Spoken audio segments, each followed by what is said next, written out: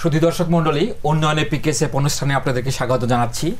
দীর্ঘ সময় ধরে পল্লী কর্মসহায়ক ফাউন্ডেশনের নানামুখী কর্মকাণ্ড নিয়ে আপনাদের সাথে আলোচনা করেছি। আজ আমরা আলোচনা করব পিকেএসএফ এর অর্থায়নে সমৃদ্ধি কর্মসূচির আওতায় বিভিন্ন বিষয় সম্পর্কে, যার মধ্যে থাকবে সমৃদ্ধ বাড়ি।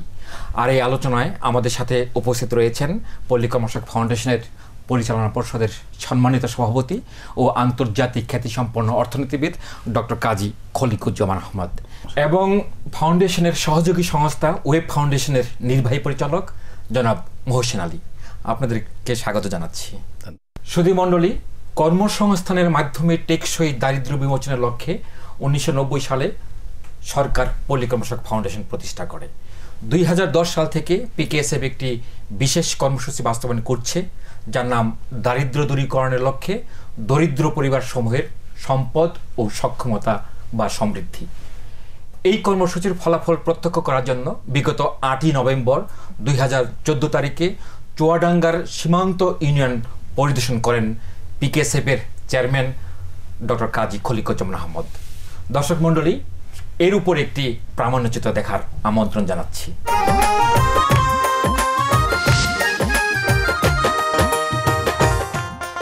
2010 সাল থেকে পিকেএসএফ বিশেষ কর্মসূচি হিসেবে দারিদ্র্য দূরীকরণের লক্ষ্যে দরিদ্র পরিবারসমূহের সম্পদ ও সক্ষমতা বৃদ্ধি বা সমৃদ্ধি নামক একটি সমন্বিত কর্মসূচি বাস্তবায়ন করছে। কর্মসূচিটি বাস্তবায়নে পিকেএসএফ তাদের সহযোগী সংস্থা ছাড়াও স্থানীয় সরকার ও বিভিন্ন উন্নয়ন সহযোগীকে সম্পৃক্ত করেছে। প্রাথমিকভাবে 43টি ইউনিয়নে এই কার্যক্রম বাস্তবায়িত হলেও বর্তমানে আরও 100টি ইউনিয়নে সমৃদ্ধি কার্যক্রম বাস্তবায়িত হচ্ছে। ওয়েব ফাউন্ডেশন 2010 সাল থেকে চুয়াডাঙ্গা জেলার পিছিয়ে পড়া ও ভারত সীমান্তবর্তী একটি ইউনিয়নের সামগ্রিক উন্নয়নে পিকেএসএফ এর সহযোগিতায় সমৃদ্ধি নামক একটি কার্যক্রম বাস্তবায়ন করে চলেছে। এই ইউনিয়নের শিক্ষা, স্বাস্থ্য, কৃষি, আর্থিক ও সামাজিক উন্নয়নে ইউনিয়নের সকল পরিবারের তথ্য সংগ্রহ এবং সকল পরিবারের সাথে আলোচনার মাধ্যমে তাদের উন্নয়ন চাহিদা পূরণে এটি একটি সমন্বিত কাজের নতুন এক ধারার সৃষ্টি করেছে। বহুমুখী কাজের মাধ্যমে সকল পরিবারই বর্তমানে কোনো না কোনো সেবার সাথে যুক্ত। কার্যক্রমের 4 বছরের কাজের ফলাফল প্রত্যক্ষ করার জন্য 8 নভেম্বর 2014 তারিখে সীমান্ত ইউনিয়ন পরিদর্শন করেন পিকেএসএফ এর চেয়ারম্যান ডক্টর কাজী খলিকুজ্জামান আহমদ, উপব্যবস্থাপনা পরিচালক doctor Jasim Uddin, general manager Moshiar Rahman, web ফাউন্ডেশনের নির্বাহী পরিচালক মহসিন আলী, ডক্টর কাজী খলিকুজ্জামান আহমদ এবং অন্যান্যরা পিকেএসএফ এর অর্থায়নে এবং ওয়েব ফাউন্ডেশনের তত্ত্বাবধানে সমৃদ্ধি প্রকল্প এলাকার কয়েকটি সমৃদ্ধ বাড়ি পরিদর্শন করেন। সমৃদ্ধ বাড়ির আঙিনায় গরু, ছাগল, হাঁস, মুরগি, সবজি, ফলজ বৃক্ষ উৎপাদনের মাধ্যমে একটি পরিবার তার বাড়ির আঙিনা থেকে প্রতি মাসে 3,000 থেকে 10,000 টাকা পর্যন্ত আয় করতে পারছে, যা দরিদ্র জনগোষ্ঠীর অর্থনৈতিক উন্নয়নে যথেষ্ট ভূমিকা রাখছে এই কর্মসূচিটি। একই দিনে সকাল 10:30 ঘটিকায় সীমান্ত ইউনিয়নের গয়েশপুর স্কুল মাঠে দারিদ্র্য দূরীকরণের লক্ষ্যে দরিদ্র পরিবারসমূহের সম্পদ ও সক্ষমতা বৃদ্ধি শীর্ষক আলোচনা সভা অনুষ্ঠিত হয়। অনুষ্ঠানে কর্মসূচিতে অংশগ্রহণকারীগণ ও এলাকার গণ্যমান্য ব্যক্তিবর্গ অংশগ্রহণ করেন। এই অনুষ্ঠানে পিকেএসএফ এর চেয়ারম্যান ডক্টর কাজী খলিকুজ্জামান আহমদ বক্তব্য প্রদান করেন। এখানে ধনী গরিব বা কোনো ভেদাভেদ নাই, প্রত্যেকের জন্য আমরা শিক্ষা এবং স্বাস্থ্য কার্যক্রম উন্মুক্ত রেখেছি। যারাই এটাতে অংশগ্রহণ করতে চান সবাইকে এটা দেওয়া হয়। আমরা মনে করি যে ধারণা থেকে সমৃদ্ধির জন্ম, সেটা হচ্ছে মানুষ তার জীবনের বিভিন্ন দিক রয়েছে। মানুষ একমাত্রিক না, তার দারিদ্র্য একমাত্রিক না, তার দারিদ্র বহুমাত্রিক। তার দারিদ্র আছে, অর্থের দারিদ্র আছে, সম্পদের দারিদ্র আছে, শিক্ষার দারিদ্র আছে, স্বাস্থ্যের দারিদ্র আছে। কাউকে এই অবস্থা থেকে তুলে এনে ধনী বানিয়ে ফেলবো সেটা আমাদের কাজ নয় এবং এটা সম্ভব নয়। আমরা তাদেরকে পথ দেখাতে পারি, তারা যেটা করতে চায় তাদের সঙ্গে আলোচনা করে সেই কাজে আমরা সহায়তা করতে পারি এবং এই কাজটি আমরা করছি। কাজে প্রথম নিজেকে বিশ্বাস করতে হবে যে আমিও পারি, এই বিশ্বাসটা প্রথম করতে হবে, আমিও পারি। এবং এখানে আমরা দেখলাম যে একটা সমৃদ্ধ বাড়ি দেখে কথা শুনে আরেকজন তার সমৃদ্ধ বাড়ি করার আগ্রহ জাগে এবং করে ফেলেছে। এছাড়াও স্থানীয় সরকারের বিভিন্ন পর্যায়ের জনপ্রতিনিধি, ওয়েব ফাউন্ডেশনের কর্মকর্তাবৃন্দ এবং পিকেএসএফ এর কর্মকর্তাগণ বক্তব্য প্রদান করেন। আজকে আমরা 3টি সমৃদ্ধ বাড়িতে গিয়ে আমি শুধু এই কথাইগুলি চিন্তা করছিলাম যে কত টাকা ঋণের প্রয়োজন হয়েছে। এখানে আমার খুব কম জানা আছে। ঋণ প্রয়োজন রয়েছে, কিন্তু সেটা হতে হবে সুচিন্তিত। যে কর্মসূচিতে আমরা অংশগ্রহণ করছি এই মুহূর্তে, সেটি হচ্ছে সম্পদ এবং সক্ষমতা বৃদ্ধি। আমার সম্পদ রয়েছে আমি জানি না, প্রথম কথা ছিল সেটাই যে আমাদের কি সম্পদ আছে আগে সেটা জানতে হবে, সেই সম্পদের সুষ্ঠু ব্যবহার করতে হবে এবং সেই সম্পদকে ব্যবহার করার জন্য সক্ষমতা অর্জন করতে হবে। তবে প্রত্যেক মা বোনকে নিজের বাড়িটাকে পরিষ্কার পরিচ্ছন্ন গুছিয়ে নিজের দৈনন্দিন সংসার পরিচালনার কাজের পাশাপাশি আয়ের জন্য একটা পরিকল্পনা দাঁড় করিয়ে বাস্তবায়ন করতে হবে। সমৃদ্ধি কর্মসূচি বাস্তবায়নের ফলে মাত্র 4 বছরে একটি ইউনিয়নের সামগ্রিক পরিবর্তনে পিকেএসএফ এর কর্মকর্তারাই নন, এই এলাকার সকল শ্রেণীর মানুষই সন্তোষ প্রকাশ করেন। সেদিন হয়তো বেশি দূরে নয় যেদিন পিকেএসএফ এর সমৃদ্ধি কর্মসূচির হাত ধরে সমৃদ্ধ হয়ে উঠবে আমাদের সকল গ্রাম এবং সমৃদ্ধ হবে সারা দেশ।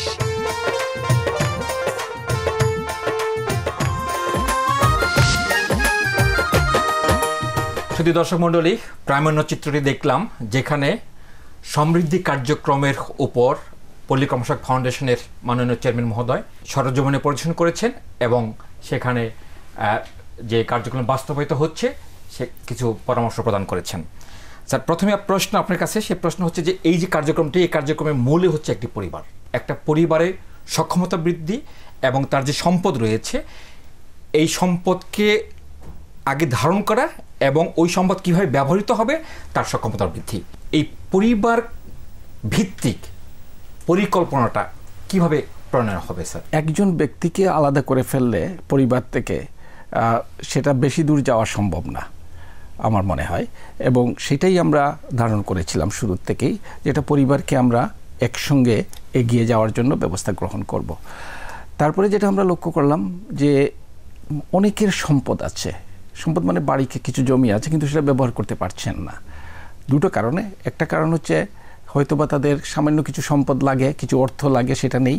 আর দ্বিতীয়ত হচ্ছে ধারণার একটু সংকট আছে যে তার যে সম্পদটা আছে ছোটই হোক সেটার সর্বোচ্চ ব্যবহার নিশ্চিত করা। কিন্তু সেই কাজটা করতে হলে তাদের প্রথমত ধ্যান ধারণার হয়তো পরিবর্তন দরকার, বা যেটা আছে সেটাকে আরেকটু সমৃদ্ধ করা দরকার। প্রাথমিকভাবে সামান্য কিছু অর্থ দরকার। একজন ব্যক্তিকে যদি আলাদা করি, 5 কাঠা জমি যদি থাকে সেটাকে ভাগটাগ করে তো হবে না, পরিবারকে নিতে হবে। আর পরিবারের বন্ধনটা যদি থাকে, এক সময় ছিল খুব, বাংলাদেশে এখন আস্তে আস্তে পারিবারিক বন্ধনটা একটু শিথিল হয়ে যাচ্ছে, তো সেটাও আর একটু সমৃদ্ধ হবে। কাজে আমরা যে সামাজিক পুঁজির কথা বলি, প্রথম তো পরিবারের মধ্যে সেই সামাজিক পুঁজিটা গঠন সম্ভব, তারপরে আস্তে আস্তে অন্যান্য পরিবারের সঙ্গে সম্পর্ক হবে, অন্যান্য যারা আছেন তাদের সঙ্গে বা অন্যান্য প্রতিষ্ঠানের সঙ্গে সম্পর্কিত হবে। এই পরিকল্পনাটা খুব যে একেবারে বিস্তারিত হতে হবে সেটা নয়, এটা অনেকটা হবে যে দিক নির্দেশনা, যে কি কাজ করা যেতে পারে, এই পরিবারটি কি কি কাজ করতে পারে আগামী 1 বছরে, 2 বছরে, 3 বছরে, সেই কাজগুলোর একটা ধারণা তৈরি করা, তাদের সঙ্গে মিলে তারা কি করতে চায়। কিন্তু উপদেশ আমরা দিতে পারি, আমাদের সহযোগী সংস্থার যারা কর্মকর্তা আছেন তারা তাদের সঙ্গে বসে তাদের ধারণাকে নিজেদের মধ্যে ধারণ করে, নিজেদের ধারণাগুলো তাদের সঙ্গে আলোচনা করে একটা সমন্বিত প্রক্রিয়া তৈরি করা। এবং এই পরিকল্পনার একটা লক্ষ্য থাকতে হবে। লক্ষ্যটাই হচ্ছে যে তাকে বর্তমান অবস্থা থেকে অগ্রগতি, অর্থনৈতিক, সামাজিক এবং অন্যান্য দিক থেকে এক সময়ে তার যে মানবাধিকারগুলো আছে সেগুলি প্রতিষ্ঠিত হবে, এক সময়ে মানুষ তার সম্পূর্ণ মানব মর্যাদাটা পাবে। মহসিন ভাই, পরিবার ভিত্তিক পরিকল্পনা থেকে সমৃদ্ধ বাড়ির ধারণাটা আসছে, এই সমৃদ্ধ বাড়ি সম্পর্কে যদি কিছু বলেন। সাধারণভাবে কৃষকের প্রধান কেন্দ্রটাই হচ্ছে তার বাড়ি, যতটুকুই থাক, যত ছোটই থাক, যেখানে সে বসবাস করে। দেখবেন যে মাঠে চাষাবাদের ফলে যে ফসলটা হয়, ফসলের একটা অংশ প্রক্রিয়াজাতকরণও কিন্তু করে সে বাড়িতে বসে, সংরক্ষণও করে সে বাড়িতে বসে। অতএব তার প্রধান কেন্দ্রটাই হচ্ছে বাড়ি। পরিকল্পনার অংশ হিসাবে আমরা গ্রাম দেশে এবং যেখানে মূলত কৃষিভিত্তিক পরিবার, কৃষিভিত্তিক অর্জন বা আয়, তাদের ওই জোরটা দিয়েছি তার বাড়িকে কেন্দ্র করে।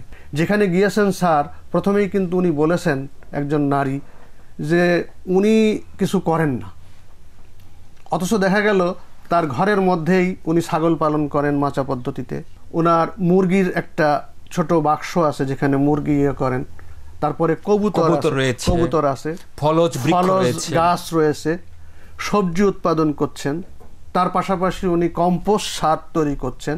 অতএব বাড়িটার মধ্যে কিন্তু অনেক কিছু হচ্ছে। এবং ফাইনালি যেটা জানা গেল, তার কাছে বছরে তার আয় হচ্ছে 1,20,000 টাকা শুধু বাড়ি কেন্দ্রিকই। দেখেন, অথচ উনি বলছেন উনি কিছু করেন না।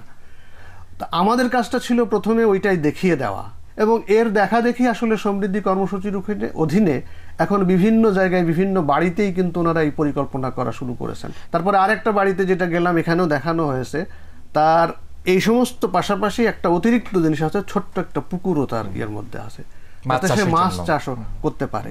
অতএব সব কয়টা বাড়ি একরকম হবে না। আমরা সমৃদ্ধি কর্মসূচিতে আলোচনায় দেখেছি একজন ভিক্ষুক, সে তার জায়গার থেকে বের হয়ে এসে সে যে বক্তব্য দিল, সেই বক্তব্যের মধ্যে দিয়েই কিন্তু তার প্রাণের অবস্থা। আমরা এই ভিক্ষুক কর্মসূচিটি নিয়ে বিশদভাবে আলোচনা করব, তার আগে একটি বিরতি নিতে হচ্ছে। শুধু দর্শক মণ্ডলী, বিরতির সময় এবং বিরতির পরেও আমাদের সাথে থাকবেন।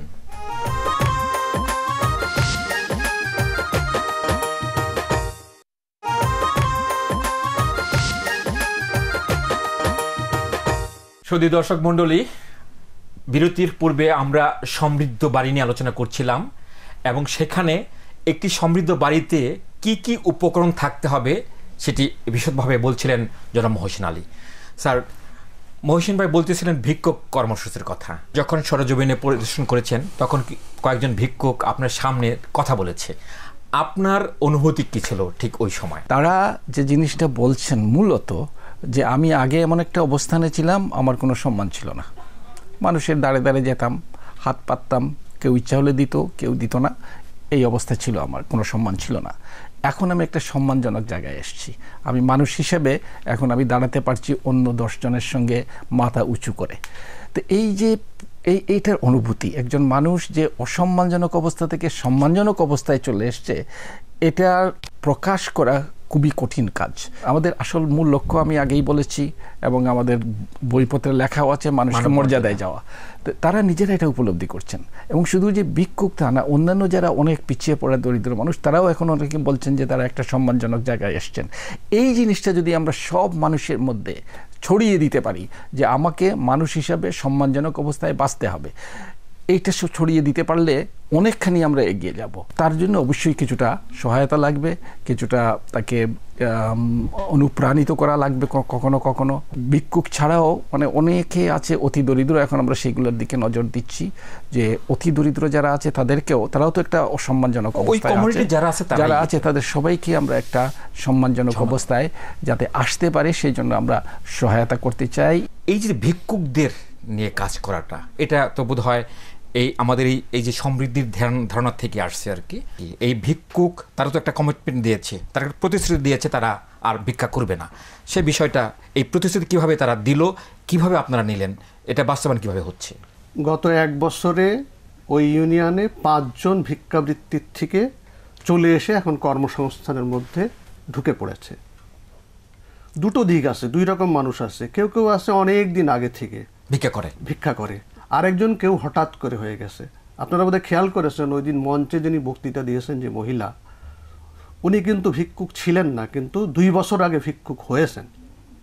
স্বামী কাজ করতো, স্বামী অ্যাক্সিডেন্ট করেছে, অসুস্থ হয়েছে, স্বামী পঙ্গু হওয়ার পর থেকে বাধ্য হয়ে সে ভিক্ষাবৃত্তি গ্রহণ করেছে। লজ্জা লাগলেও বাধ্য হয়ে, স্যার যে কথাটা বলেন বারবার যে মানব মর্যাদা, তারও মর্যাদা ছিল, কিন্তু বাস্তবে বাধ্য হয়ে, কারণ আত্মীয় স্বজন এটা সেটা চেষ্টা করেও কারো কাছ থেকে কোনো সহায়তা পাননি, এবং ফাইনালি পাওয়াও যায় না নিজে না দাঁড়াতে পারলে। এই সময় সমৃদ্ধি কর্মসূচির অধীনে যে আমরা তার সাথে যোগাযোগ করলাম, তাকে বললাম আপনি কি বের হয়ে আসতে চান? তো উনি তুলনামূলকভাবে একটু অ্যাডভান্স, উনি অবশ্যই আসতে চান। আবার আর যারা ছিলেন এবং আরও কিছু প্রক্রিয়াধীন আছে এখন, তাদেরকে আমরা কনভার্ট করে এই জায়গায় আনার জন্য মানসিকভাবে তাদেরকে সহায়তা করতে হচ্ছে। তাদের এক একজনের এক এক রকম অবস্থা, তারা কি করতে পারে, কর্মসংস্থানের জন্য কিভাবে করতে পারে সেটা বের করা, তাদের সাথে আলোচনা এবং বাস্তবতা মিলিয়ে তার প্রেক্ষিতে তাদেরকে প্রশিক্ষণ প্রদান। এবং প্রত্যেকেই শো করছে যে কেউ এখন পর্যন্ত ভিক্ষাবৃত্তিতে যাবে না, তারা পারছে এবং আনন্দের সাথে। এবং স্যার যে কথাটা বারবার বলেন, আমি এখানে জোর করে বলতে চাই, একটা মানুষ যখন অসহায় অবস্থার থেকে একটু মর্যাদাকর একটা অবস্থায় প্রতিষ্ঠিত হয়, কেউ কিন্তু আর শখ করে ওই জায়গাটায় ফেরত যেতে চায় না। এই যে আবেগ, এই যে ধরে রাখা এবং এই যে সেলফ কনফিডেন্স, তার আলোকে তার ব্যবসা পরিচালনা, তার কর্মসংস্থানের যে কোনো কাজই পরিচালনা, এই জায়গাটায় কিন্তু একটা উল্লেখযোগ্য অগ্রগতি হচ্ছে এবং সব জায়গায় একটা মর্যাদার বিষয় আছে। কারণ এই প্রক্রিয়াতে আমরা দেখেছি যে স্থানীয় সরকারও খুবই ওতপ্রোতভাবে জড়িত। সবার সামনে যখন একটা প্রতিশ্রুতি দেয় মানুষ, তখন চেষ্টা করে ওটাকে রক্ষা করার জন্য। স্যার, আপনি আপনার বক্তব্যে প্রথমে বলেছিলেন যে অর্থায়নের প্রয়োজন রয়েছে। আমরা এই সমৃদ্ধি কর্মসূচির মধ্যে দেখি যে অর্থায়নের একটা ভিন্নতা। তার মানে এখানে আমরা তিনটা পুঁজির কথা জানি। একটু হচ্ছে আয়বর্ধনমূলক কর্মকাণ্ডের জন্য একটা পুঁজি দেওয়া হয়, জীবনযাত্রার মান উন্নয়নের জন্য একটু দেওয়া হয়, আরেকটা হচ্ছে সম্পদ সৃষ্টির জন্য। স্যার, এই বিষয়ে যদি একটু দয়া করে বলেন। গবেষণায় বেরিয়ে এসছে যে ঋণ যেটা নেন একটা পরিবার বা একটা ব্যক্তি তখন নিতেন, নিয়ে তার অর্থনৈতিক কর্মকাণ্ড চালানোর কথা, কিন্তু সামাজিক কোনো বিশেষ গুরুত্বপূর্ণ কাজ, মেয়ের বিয়ে, ছেলের বিয়ে ইত্যাদি বা অন্য কিছু, তখন তারা এখান থেকে খরচ করে ফেলতেন। এবং খরচ করার ফলে তারা আয় বর্ধন করা তাদের জন্য সম্ভব হতো না। না হওয়ার কারণে তারা ফেরত দিতে পারেন না। এই ধরনের একটা সংকটের মধ্যে তারা পড়েন। এটা আমরা দেখেছি, অনেক গবেষণায় সেটা বেরিয়ে এসছে। তো কাজেই তার যে সামাজিক তো প্রয়োজন আছে, সেই প্রয়োজনটা মেটানোর একটা ব্যবস্থা করা দরকার। সেই জন্যই হচ্ছে সামাজিক যে ঋণটা দেওয়া হয় সেটা খুব সহজ শর্তে, শুধু 8%, মাত্র 8% সার্ভিস চার্জ নিয়ে সেটা দেওয়া হয় এবং সেটা 2 বছর পরিশোধ করবে। 2 বছরে। হ্যাঁ, আরেকটা ব্যাপার আছে, সেটা হলো যে একজন মানুষ তার, আমরা তো সম্পদের উপর জোর দিচ্ছি, সম্পদ যেটা আছে সেটা তো ব্যবহার করলো, তারপরে তার সম্পদ বাড়াতে হবে। বাড়ানোর জন্য আমরা 2টো পদ্ধতি অনুসরণ করছি। একটা হচ্ছে যে এই ঋণ দেব আমরা, তার সম্পদ সৃষ্টি ঋণ, সেখানেও 8% সার্ভিস চার্জ। আরেকটা সম্পদ হচ্ছে কি, একটা জমি লিজ নিতে পারে, একটা জমি কিনতে পারে, একটা মেশিন ক্রয় করতে পারে, ইত্যাদি ইত্যাদি। আরেকটা আমরা করছি অতি দরিদ্র যারা, তাদেরকে আমরা বলেছি সঞ্চয় করো তোমাদের নিজেদের ব্যাংকে, প্রতিষ্ঠানের কাছে নয়। 2 বছর যতটা সঞ্চয় করবে তাদের তত টাকা পল্লী কর্মসহায়িকা ফাউন্ডেশনের কাছ থেকে অনুদান দেওয়া হবে। সম্পদের জন্য শর্ত হচ্ছে একটা, যে একটা সম্পদ নিতে হবে, কারণ সম্পদটা হচ্ছে ভিত্তি। তা না হলে যে ঋণ বছরের পর বছর নিয়ে যাচ্ছে, তো সেই ঋণ যখন বন্ধ হয়ে যাবে, দফাস করে পড়ে যাবে, তার পড়ার জায়গাও নাই, কোথায় পড়বে। তো সেই জায়গাটা আমরা তৈরি করছি যে এই জায়গার উপরে তারা ভিত্তি করে করতে পারে। আরেকটা হচ্ছে যে আমরা আগে যেটা দেওয়া হতো ঋণ অর্থনৈতিক কর্মকাণ্ডের জন্য, সেটা বাছবিচার করা হতো না কী জন্য করবে, কী জন্য টাকা নিচে, চিড়ামুড়ি ভাজা বা ইত্যাদি এই ধরনের কিছু কিছু ট্র্যাডিশনাল কর্মকাণ্ড। এখন আমরা যেখানে উৎপাদনশীলতা বাড়বে, এই সমৃদ্ধিতে সেটা উৎপাদনশীলতা বাড়ার সম্ভাবনা যে সমস্ত খাতে আছে সেখানে আমরা দেবো, সেখানে আমরা বেশি করেও দেবো, 10 লক্ষ টাকা পর্যন্ত আমরা দেব। তো উৎপাদনশীলতা না বাড়লে আয় বাড়বে না ওই রকম, যেরকম বাড়ার কথা, সঞ্চয় ওই রকম বাড়বে না। কাজেই তারা সব সময় একটা দুষ্টচক্রের মধ্যে থাকবে, দুষ্টচক্র, মানে তারা ডিপেন্ডেন্ট থেকে যাবে। তো ওই ডিপেন্ডেন্সি থেকে বাইর হওয়ার জন্য এই কাজটা। তো ফলে অতি দরিদ্র যারা, তাদের দিকে আমরা যেমন নজর দিচ্ছি, একটু যারা বড় হতে চাচ্ছে তাদেরকেও আমরা সহায়তা করছি যাতে বড় হতে পারে। বড় হলে খালি নিজেরা বড় হবে না, পাশাপাশি অন্যদেরও কর্মসংস্থান সৃষ্টি হবে এবং এই পুরো একটা সামাজিক যে বন্ধনটা সেটাও বাড়বে এবং সবাই আস্তে আস্তে এগিয়ে যেতে পারবে। আপনারা আবার সেই 25 বছরে ওয়েবের ফেরত যেতে হয় এবং এই 25 বছরে আপনারা অনেক ঋণ কার্যক্রম বাস্তবায়ন করছেন।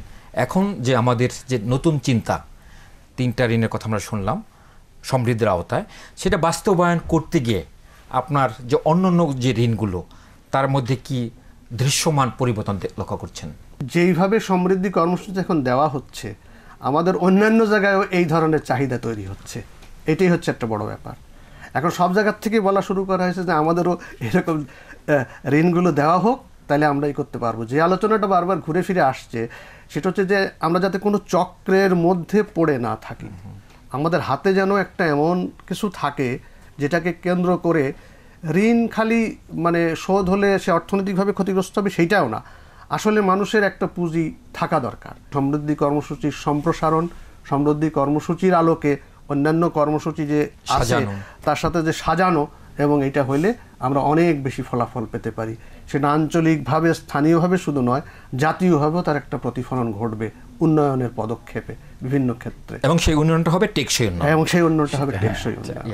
অনেক ধন্যবাদ মহসিন ভাই, স্যার আপনাকে অনেক ধন্যবাদ আমাদের এই সমৃদ্ধ আলোচনায় অংশগ্রহণ করার জন্য। শুধু দর্শক মণ্ডলী, ক্ষুদ্র ঋণের বৈচিত্র্যায়নের পাশাপাশি দরিদ্র মানুষের জন্য নানা ধরনের নিরাপত্তা বেষ্টনী সহ শিক্ষা, স্বাস্থ্য, পুষ্টি ও বিভিন্ন মানবিক উন্নয়ন কর্মসূচির সমন্বয় ঘটিয়ে দেশের দারিদ্র্য দূরীকরণে পিকেএসএফ নতুন একটি মাত্রা যোগ করেছে, যার মূলে রয়েছে সকল প্রকার বঞ্চনা থেকে মুক্তি নিশ্চিত করে প্রত্যেক ব্যক্তিকে মানব মর্যাদায় প্রতিষ্ঠা করা, এদেশে একটি মানব মর্যাদা সম্পন্ন সমাজ প্রতিষ্ঠা করা। মানুষ কেন্দ্রিক চিন্তা চেতনার সমন্বয় ঘটিয়ে পিকেএসএফ সফলতা থেকে সামনের দিকেও এগিয়ে যাবে সে প্রত্যাশায় আজকের অনুষ্ঠান শেষ করছি। আগামী অনুষ্ঠান দেখার আমন্ত্রণ রইল।